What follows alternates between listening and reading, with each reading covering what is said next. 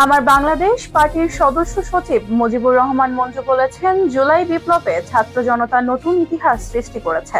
যদি এই গণ অভ্যুত্থান ব্যর্থ হতো তাহলে আমরা যারা আন্দোলনে ছিলাম, ছাত্র জনতা যারা বিপ্লবে সামিল হয়েছে, সবাইকে ফ্যাসিস্ট হাসিনা চিহ্নিত করে দিত। শত সহস্র জীবন ও রক্ত সাগর পেরিয়ে যে অর্জন, তারা আকাঙ্ক্ষা বাস্তবায়নে বাংলাদেশকে নতুন করে গড়তে হবে। শনিবার চট্টগ্রামে এবি পার্টির উদ্যোগে জুলাই গণ অভ্যুত্থানে নিহত শহীদ ও আহতদের স্মরণ ও আলোচনা সভায় তিনি এসব কথা বলেন।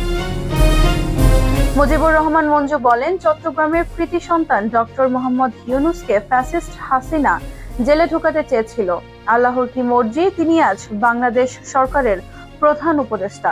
ফ্যাসিস্ট হাসিনার সময় কাঁচামরিচের কেজি ছিল 1200 টাকা। ব্যাংক লুট করে কানাডা, লন্ডন, সিঙ্গাপুর, মালয়েশিয়ার বেগমপাড়া হোটেল ও মার্কেট বানানোর বিষয়টি উপস্থিত জনসাধারণকে স্মরণ করিয়ে দিয়ে তিনি বলেন, দেশের আজ যেদিকে তাকাবেন সেদিকেই সব শূন্য। ব্যাংকে আপনাদের যে টাকা আছে তা তুলতে পারবেন না। তিনি বলেন, জুলাই গণ অভ্যুত্থানে ছাত্র জনতার এই ত্যাগ আমরা ভুলে যেতে পারি না। বাংলার জনসাধারণকে সঙ্গে নিয়ে বৈষম্য মুক্ত বাংলাদেশ বিনির্মাণের মাধ্যমে আমরা আহত ও নিহতদের আকাঙ্ক্ষা বাস্তবায়ন করব।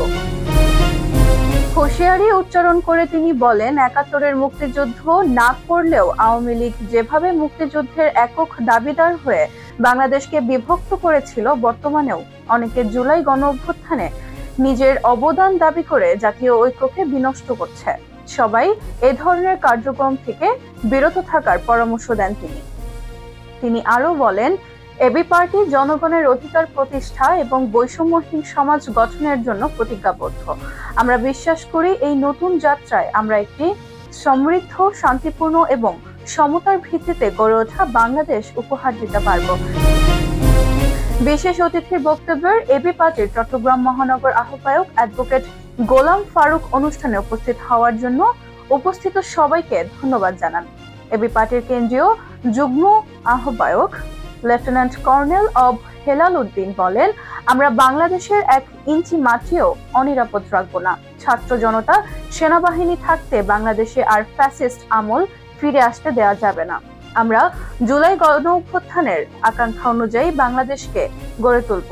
চট্টগ্রাম বিশ্ববিদ্যালয়ের প্রফেসর এনায়েতুল্লাহ পাটোয়ারি বলেন, পত্রিকায়, সোশ্যাল মিডিয়ায় আহতদের আহাজারি দেখতে আমাদের ভালো লাগে না। অবিলম্বে জুলাই গণ অভ্যুত্থানে আহতদের সুচিকিৎসা নিশ্চিত করতে হবে। অনুষ্ঠানটি সঞ্চালনা করেন এবি পার্টির চট্টগ্রাম উত্তর জেলার ভারপ্রাপ্ত সমন্বয়ক সাংবাদিক জিয়া চৌধুরী এবং মোর্শেদ চৌধুরী।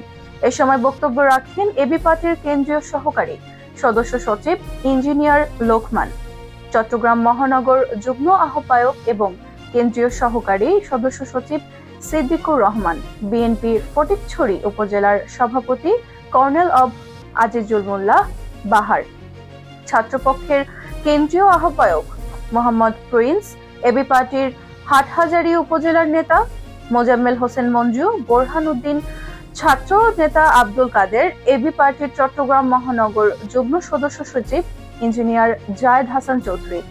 দোয়া ও আলোচনা সভায় হাটহাজারী উপজেলার কৃতি সন্তান কর্নেল অব দিদারুল আলমের পক্ষ থেকে আহত ও শহীদ পরিবারকে সম্মাননা ও বিপ্লবী স্মারক প্রদান করা হয়।